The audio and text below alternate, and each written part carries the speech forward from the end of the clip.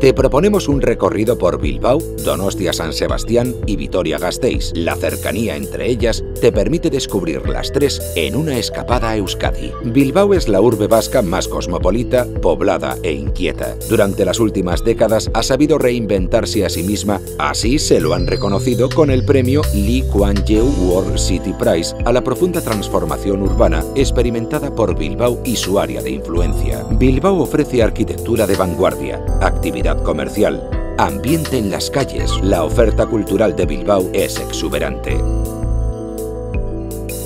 Asimismo, el puente colgante de Vizcaya, declarado Patrimonio de la Humanidad por la UNESCO, es uno de los emblemas de Bilbao. Pero si algo tiene de peculiar Bilbao, es el casco viejo, más popularmente conocido como las Siete Calles. La imagen más conocida de San Sebastián es la Bahía de la Concha, considerada una de las más bellas del mundo, cercada por los montes Igueldo, Urgul y Ulia.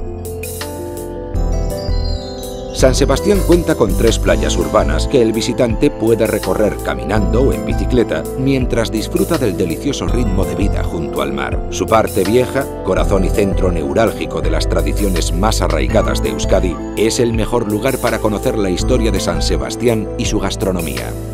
Además, la vida cultural de la ciudad tiene escenarios espectaculares que están repletos de actividades a lo largo del año. Es por ello que es candidata a ser Capital Europea de la Cultura en 2016. Vitoria-Gasteiz, capital de Euskadi, ofrece una calidad de vida envidiable. Sus múltiples zonas verdes la han convertido en la Capital Verde Europea 2012. Además, cuenta con un romántico ensanche peatonal y un casco antiguo que conserva en cada esquina y rincón su sabor medieval.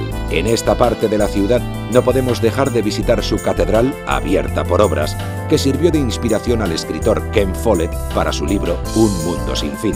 Podremos además descubrir lugares como la Plaza de la Virgen Blanca o museos como el Artium o el Vivat. Ciudad famosa por sus confiterías, está además muy próxima a la excelente oferta gastronómica de La Rioja Alavesa. Vitoria está rodeada de naturaleza, de un gran anillo verde que permite al visitante disfrutar de un remanso de paz junto a la ciudad.